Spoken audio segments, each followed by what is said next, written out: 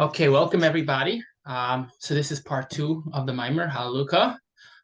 So in last year, we left off with a few questions. We technically gave an answer, and today we're going to go a bit deeper. So just to catch us up, in last year, we explained that David Melech wrote this kapitel about Mashiach, and we brought up a few different proofs of how this is talking about Mashiach. And then the Rebbe goes on to say, he says, why is David HaMelech talking about avenging the enemies of the Yidden with a sword? Isn't this Mashiach times? Aren't we supposed to be in a place where there's totally peace, where swords are turned into plowshares? What's going on? Why are we having swords in this kapitel if this kapitel is talking about Mashiach times? So the Rebbe goes on to explain, let's contrast something else, and by contrasting that other thing, we'll have an easier time getting to our answer. And the Rebbe goes on to say is, when the Yidden were going out of Mitzrayim, there's a pasuk that describes the Yidden going out as armed, and they're going out for a gula. They seemingly have a redemption. They seemingly are good to go. So why do they need to be armed leaving Mitzrayim? So the Rebbe says, if we could appreciate why the Yidden need to be armed going to Mitzrayim versus when Mashiach comes, they're not going to need to be armed. Obviously, we have this pasuk that is seemingly saying it's armed.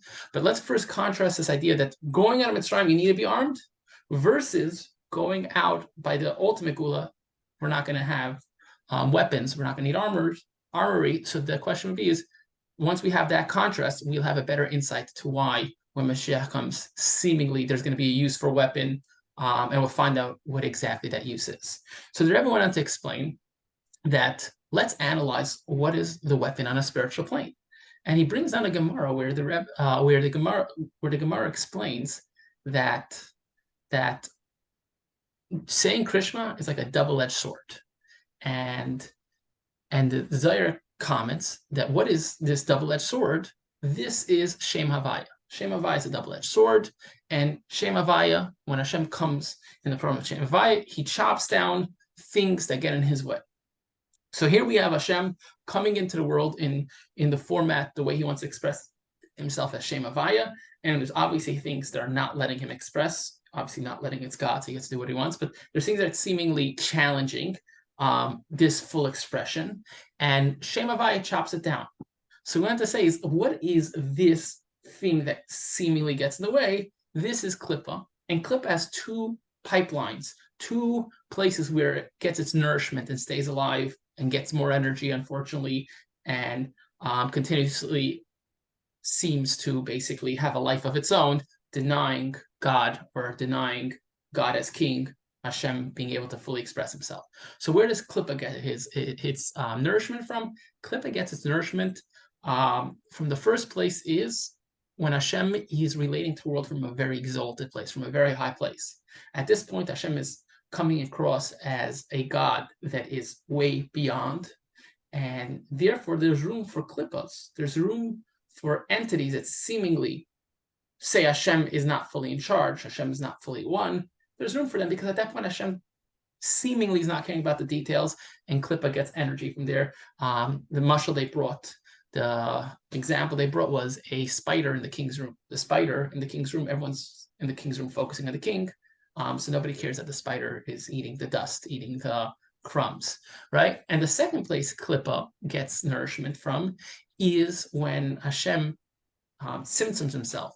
He puts a whole bunch of filters to the point where you could hardly see that's Hashem. You could hardly see that this is coming from God and this has a purpose. At that point, Klippa could also get life because Klippa is able to coexist, be able to be a receiver, be able to take without having to answer to his benefactor, without having to say, thank you, I'm going to use it for the right purpose. So Klippa gets to feed himself off from super high places or from super low places. And what we wanted to say is that when we behave egotistic, when we come from a totally removed place, we act exalted, at this point, Hashem says, okay, I'll continue, I'll reflect your behavior, and that gives room for klippas to feed. Versus, and second thing is when we get super into the world and start seeing the world for its shallow self, as opposed to seeing the world for its deeper purpose. As in other words, when we come to the world as takers, as opposed to seeing the world and seeing what we could bring out of the world, seeing what godliness we could bring out of the world, at that point, Hashem says, okay, I'll give the world on its shallow level, and it feeds klippas. So our behavior gives us the ability to either feed klippas or to direct it to holiness. In other words, when we choose to be humble and be thankful and do what Hashem wants, at that point, we are causing Hashem to come more focused in. And when we start seeing stuff for its purpose and what we could bring out of it, we start using things properly, and Hashem creates those in a proper fashion. He gives them life in their proper fashion. So that's so far what we said. Now we are holding a place where the last thing we said was this idea where when we come exalted, when we get excited and we start seeing ourselves as higher than, that's similar to Pari. Pari is the king of Egypt. Pari represents the king of Egypt, which represents the idea of constraining everything, the idea of giving everything limitations and locking it into that frame. And we say Pari takes everything on its way into this world and gives it its limitations. So now we're going to break that down a little more, and we're going to see how by us being exalted or by us being humble, we're able to focus godliness. We're able to create the world in a godly way. Let's take it away. To explain this inyan more specifically, this idea that Pari goes and takes from Keser, he scoops out of Keser and redirects it in an unholy way. So in order to explain this more specifically,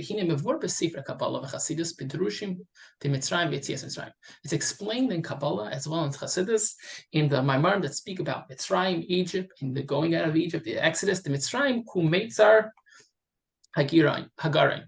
What is Mitzrayim? Mitzrayim is the limitations of the throat. Shebegarin yesh gimel bechinas kana veshet v'ridim.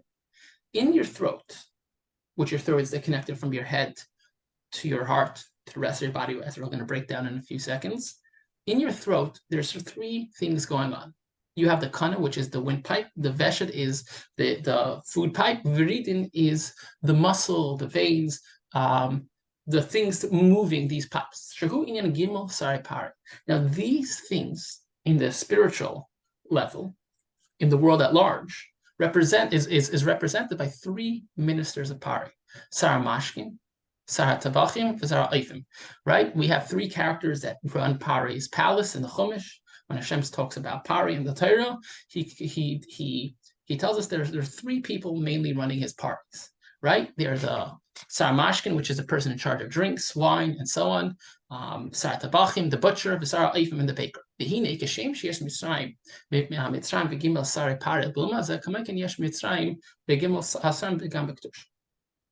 Sarah says like this.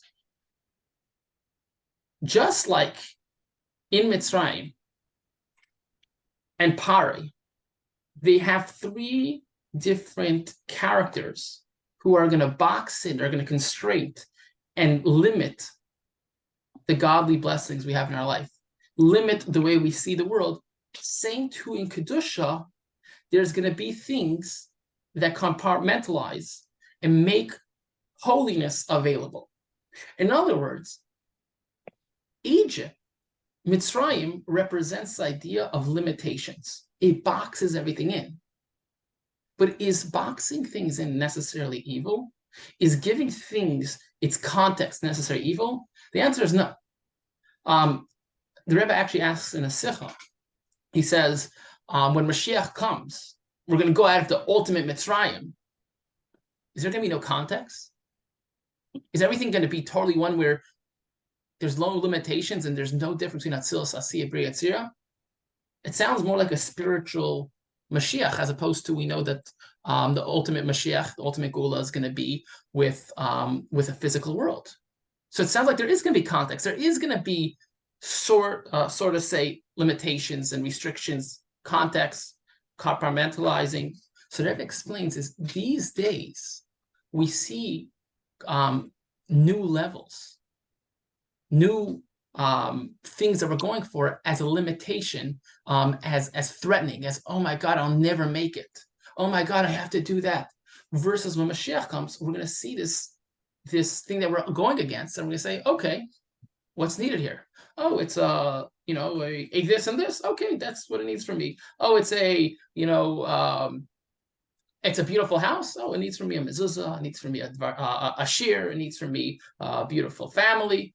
In other words, we're going to see things as opposed to these things that remind us how limited we are. These things that not only remind us how, they kind of create limits. Sometimes dreams create limits because it reminds you of what you can't do, right? So instead of these dreams restraining us and keeping us at bay, we're going to see them as, okay, so I guess today I need to be more loving. I guess I need to be more daring. Okay, I'm up for it. So compartmentalizing isn't necessarily klippa. It's one of the things that are needed in kedusha. It's one of the things that you need. A chassid is somebody. The Rebbe say was a chassid is organized, right? To be organized, you know how to put stuff in different areas. So it's not necessarily evil. It's what does these limitations, what does these definitions do to you? If they limit you, then it's klippa. Now, so what happens is what we said, just to bring it back to the Maimer, the Rebbe is saying is these three ministers of Pari, just like the Pari has three ministers that try to hold us back, try to jail us, try to make us feel locked down, same too in Kedusha, there's three ministers that help us compartmentalize and bring in holiness in a receivable way. The Sar HaMashkin, right here, the Sar HaMashkin, who Amshachas Atayin. What does the Sar HaMashkin do in the holy worlds, in the holy realms? He draws down a godly delight. Sharei Mayim Matzmichim Kol Minei Tainug. Like we know, water feeds all different delights. So what does the Sar HaMashkin represent in the spiritual realms on a holy level? This represents the idea of bringing down godly delights. In the body of person, what does this represent? Huakana. This is the windpipe. The bekana yeshgidi hamayach. He says because in the breathing pipe there is sinews that go to the brain. Maimer Azal, Talas Kane Havi Chad Parish, Laliba, Bechad Parish, Rea, Bechad Parish, Lachabda, Shem Evarm Klolim, Without Ian Hakana, Shumam Shechas Atainik Meamayach, Idegida Mayach Chalgov. So what happens is when you take a deep breath, I'll translate from the kind of from the esophagus. You have it's connected to different things in your throats. That what happens is as you take a deep breath, it creates oxygen in your head, creates oxygen in your blood, and it makes you feel calm. It literally calms you down, right? So what happens is, and that calmness gives you the ability to be in a moment of delight, to be in a moment, to be in a place of, relax, the place of a good place. So what happens is, so he says that is so just like in a human experience, your breathing helps you have a certain delight in your existence, a certain state of just feeling whole, a wholesome feeling. Same too on the spiritual realms. This is what happens. This the Sar HaMashkin causes that. Ubavaida, practically, what does that mean in our own spiritual work? This means learning Torah with a great delight. He says,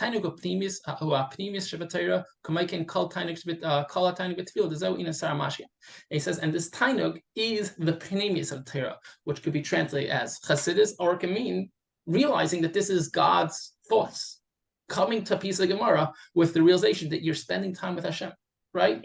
Spending time with a people or with a person is just you're taking the person in.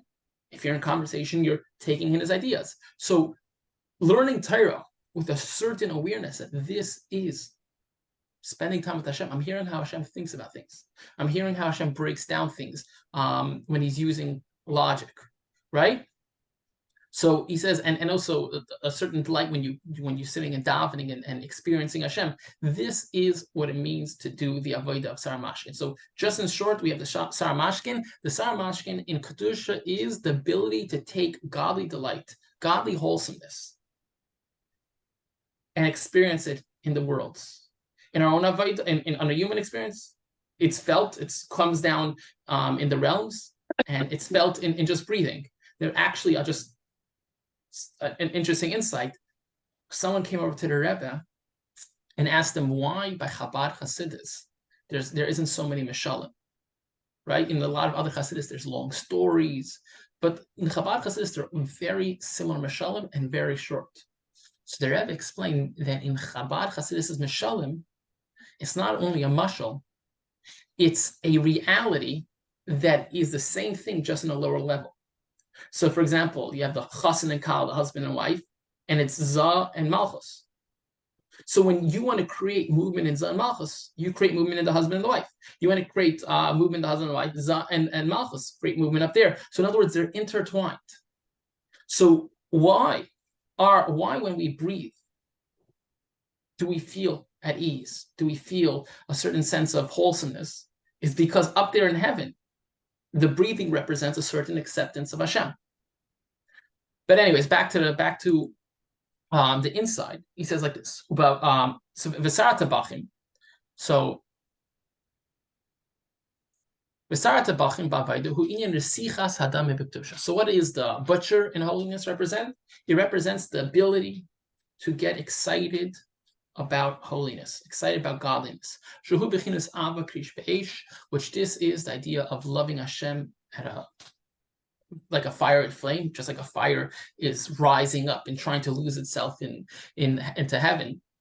Same to loving Hashem at such a level where you just want to totally lose yourself into God. The Sarah Mashkin, lose your identity, lose any sense of your own personal will, just totally coming one with God's will. The Sarah Mashkin, the Sarah Mashkin represents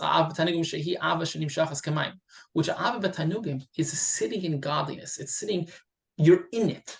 So it's the idea of receiving from Hashem, which represents water, which comes down.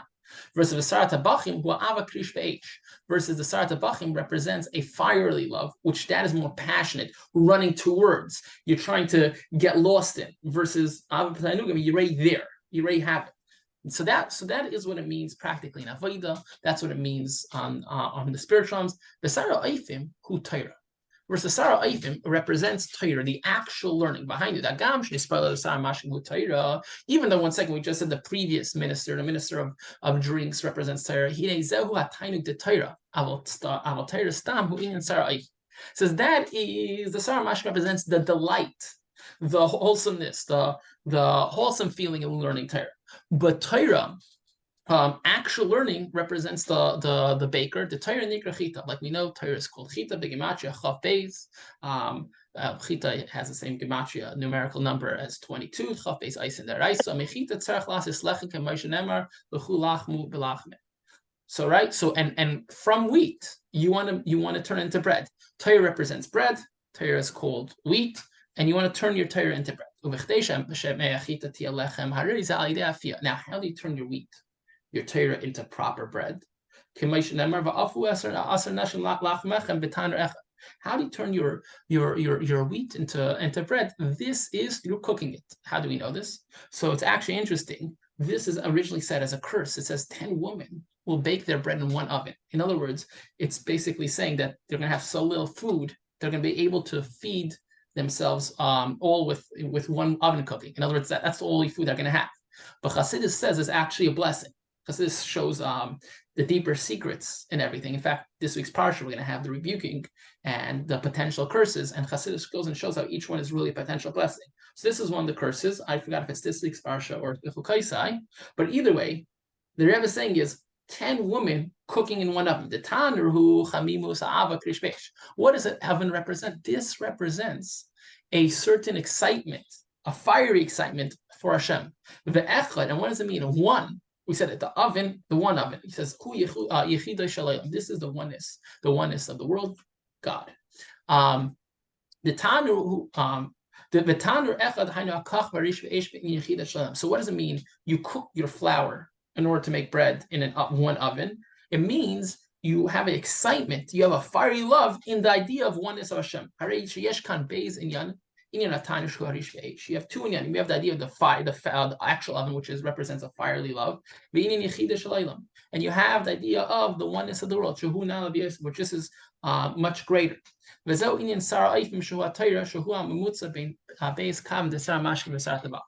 you have the oneness of Hashem, you have the fiery passion to Him, and how do you get to there? Or how do you connect that?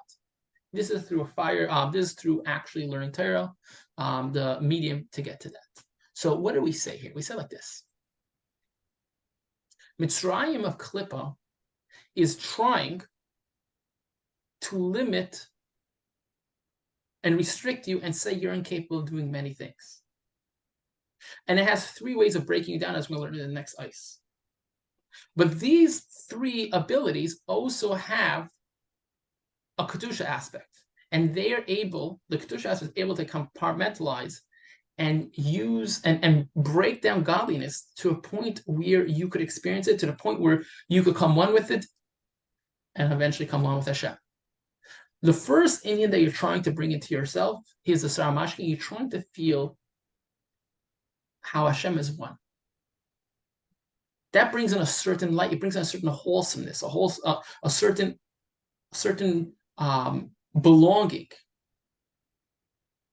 as we're going to see in a second, as opposed to being scattered and having a whole bunch of different things going on in your life. Then you have this fire that you love for Hashem. So how do you get to these both? This is through learning Torah. In other words, when you learn Torah, you start seeing how Hashem is one. Or you start getting taught how Hashem is one, right? In the proper education, we start learning Hashem is here, Hashem is there, Hashem is truly everywhere. We start learning different things. Our parents teach us about how Hashem is one.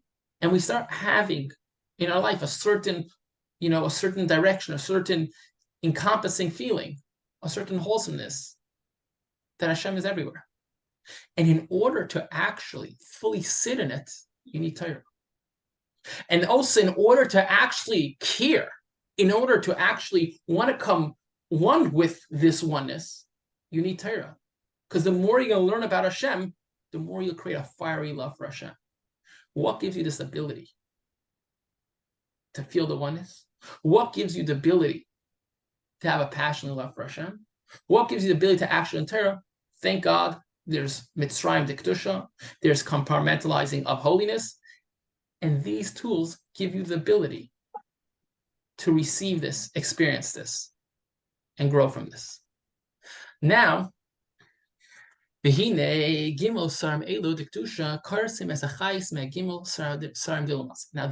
three ministers that help you feel godly the oneness of Hashem, help you get passionate about Hashem, and help you actually do what Hashem wants. These three things chop down, destroy the three ministers of Pari, which get you to feel restraint. Because obviously, like we said before, the other side, Klippa, also has three ministers. The Sarah Mashkin, the Sarah Mashkin of Klippa represents delights in Gashmis and Yana, delights in physical, mundane attractions. Even though technically they could be kosher delights, someone who's sunken in them has it's impossible for him to feel godly delight. In other words, when someone gets his fix, gets his feeling of aliveness from a whole bunch of physical random things, it's going to be very hard for him to sense the godliness in them. If he's seeing them at their shallow layer, it's going to be very hard for him to see the godliness, and how much more so to feel the godliness in everything. So we're having two things. The guy's getting scattered, and he's seeing stuff on a shallow level. Imagine you're in a relationship with somebody, and you're seeing them for what they are in your life. You're not seeing the person for who he is, right?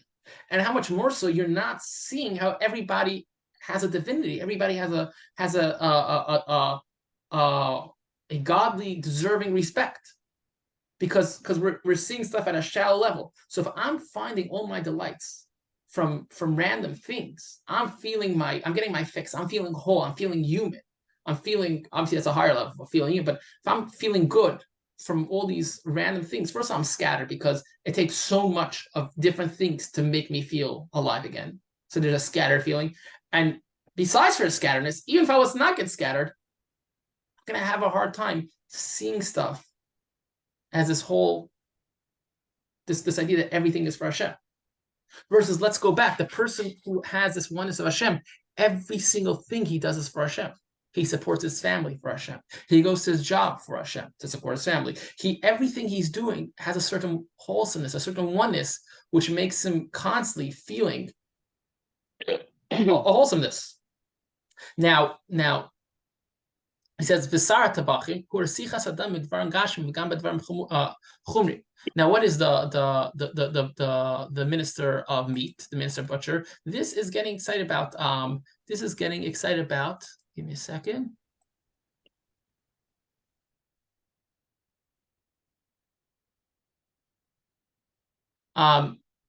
Says this is.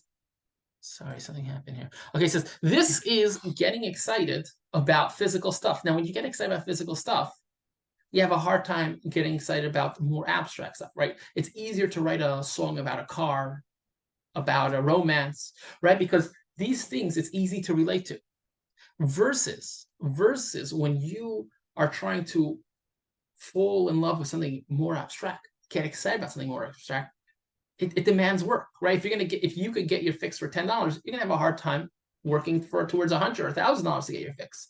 Imagine eating everything with ketchup. You're gonna have a hard time appreciating the special spices, or every time you drink your tea with sugar, you're gonna have a hard time appreciating the special leaves, right? So what's happening is when you're kuching, you're getting your delights from Gashmis, you're chasing Gashmis, you're having a hard time experiencing God. It's hard to get there and maybe even impossible. He says, who should be close munach in begashmis. He says, and the Sarah Eifim, in general, it's the idea of instead of putting your time in godliness, in Torah, you're putting your time in the wrong thing, right? When your mind is trying to feel good from other things than God. When you're chasing and pursuing other taivas, other pleasure-seeking activities, at that point, where's your time spent? Not in Torah, not in mitzvahs, not doing what you're created for. You're obviously busy either pursuing the taivas or trying to get rid of the guilt or the non-good feeling about, this habit of ours. It says,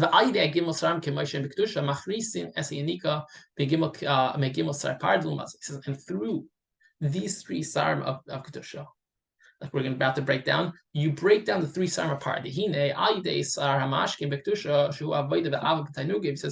through the saramashkin of holiness, in other words, through the avodah of serving Hashem with a love of b'tainugim. What is that? It's the idea of sitting in God. It says this is practically through doing the avodah through the filter of Chachma. What's Chachma? Chachma is a certain level of humility, a certain level of acceptance of Hashem. Chachma kana bina hine aideze hu machris seyinika shenekim mimakim gavayda kashem shachas yadei Chachma shina bitol azay yevshem lakal. He says this is the idea of the esophagus. When you serve Hashem with a level of bittul, at that point, you receive Hashem, and Klippa can't take. Why? Like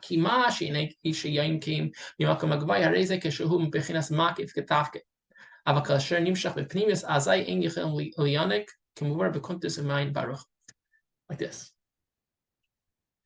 Klippa receives from Makif, from the abstract levels, when Hashem is coming from such a great level, that he, so to say, ignores the Klippas. He, so to say, ignores the levels that don't fully represent Hashem, the klippas. Now, what is the purpose of Makif?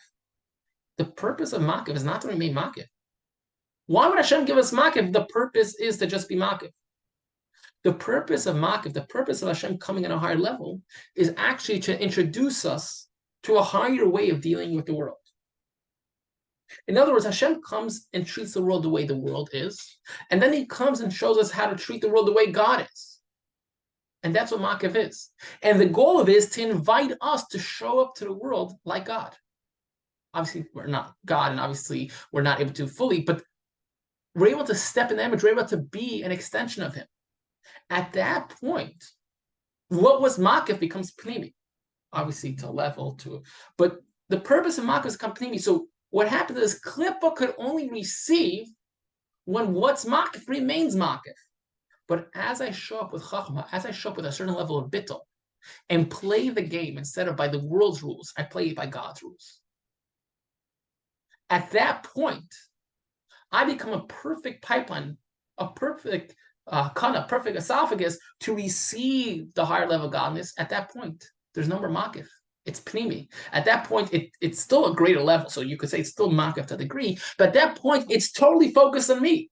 Because what was Hashem? Why did Hashem come in this way? He was looking for a makabel, and he created me as a makabel. The second I'm a makabel, at that point, it's totally focused on me, and Klippa can't take anymore. There's nothing left for Klippa because Hashem's totally focused on me. Imagine a teacher coming and lecturing, and then one person asks him a question to the point. In other words, he was listening and he asked the question that mamish gets the teacher to have to answer that question based on what the teacher taught. That's a mechaya for the teacher. The teacher at that point is focusing on the student, and there's a full level, mashpia makabel, full receiving. Now, obviously, the student isn't fully receiving the teacher to the full degree, but at that point, it creates a certain pipeline. Same to when we show up with the level of Ag Tanugim. In other words, we receive Hashem at a high level. At this point, there's no place for the klippas to feed. It says, so that's the Sar Mashkin. It shuts down the leaks from the places of high, and therefore klippa can't get the idea. Sar tabachim biktusha hu koyres is inika biriba tzimtzum shenas idea asher adam mashpil es atzmei b'dvarim gashmim v'hainish idea avak ish be'esh v'ersichas adam biktusha nichla ersichas adam sheklum azeh shezeu mashe tirgam api sar tabachim rav ketulia. Shenyanu kedisa v'gemara pasuk zayvech taydich ichavdeni kol zayvech sitzrechu chainish idea sichas adam shebekdusha harei mekalas sichas adam shelumazeh umel mispatel signika shimtzadi batzimtzum. I'm going a bit faster. Sorry about that. But he says, and how do you clean up the leakage down here? You clean up the idea that Hashem made a whole bunch of tzimtzumim and we added to those tzimtzumim, right? Hashem created tzimtzum because he wanted free choice. We added to those tzimtzumim because we had tigers, right? How do you fix that? He says this is through having a passionate love to Hashem. When you're passionate love to Hashem, anything that gets in the way, you have zero interest. It's beyond you, right? At that point, you start seeing things as their godly self. You start seeing things as opposed to a taker as what you could give out of, what you could bring out of it. At that point, you're removing all the tzimtzumim. You're removing all your passion to all the klippas because you're seeing what they truly are. And at that point, Hashem also removes the tzimtzumim and klippa can't take. It says, says this is what it means. Havaya is a knife of double-edged sword, which is the avodah of receiving Hashem with Ava Tanugim and chasing after Hashem with a fiery love. It says when you are loving Hashem, receiving Hashem at a high level, and you are chasing Hashem at a high level, at that point, there's no room for klippas to take from the high levels, no room for klippas to take at the lower levels. Klippa slowly dehydrates. It says, "Upeklalus wa hefresh mein Torah l'tefila, the Torah milmayla mata sha'ideza machrisa inika shemitzak makif, a tefila he milmata l'mayla b'derech milchama d'shas leisa shas kra." So he says like this. I'm gonna say a bit of this outside. He says this is basically Torah and davening. Torah, what's Torah? Torah is godly wisdom. Hashem chose to share with us some of his thoughts. So by me sitting and receiving, being a full receptor, being a full keli, Hashem focuses all his thoughts on me, and there's no room for klippas, right? So when I do that avodah of fully being bittul, fully receiving, at that point, I'm cutting off any disfocus, any areas for extra parasites, klippas to be taken from. And when I'm davening, I'm slowly making myself passionate about Hashem, slowly getting myself excited about Hashem. I'm slowly removing any distractions. And before you know, all the klippas have nothing to feed on because I'm not giving them life. I'm removing any interest, which is removing any life. And that's what it means to be a sword for Hashem. And this also completes the third ministry, which is when I'm doing this, obviously, where's my time going to be put into, where's my energy going to be put into Torah mitzvah, which represents the baker. So what do we have here in short? We said is, why do you need a sword going out of by Gula? So we said, let's first understand what a sword is. Shem Havaya represents a sword. Hashem is trying to come into our world embodying Shem Havaya. He wants to come in as Shem Havaya, right? So what happens is, there's a whole bunch of klippas that are trying to say, no, not everything is one. They're trying to misrepresent. How do I do my avoid of making sure everything is in line with Hashem? When I align myself with Hashem, I receive Hashem at a high level. And I start learning more and spending more time, get passionate. At this point, I embody Hashem. I embody Shem Havaya. I start doing everything that Hashem wants, and I'm able to receive Hashem at that level He wants to. I become the sword for Shem Havaya. I become the builder, which obviously the builder destroys in order to build, but not destroying in a way of destruction, realigning, bringing everything to its full fruition through my learning Torah, davening, and bringing myself to this state.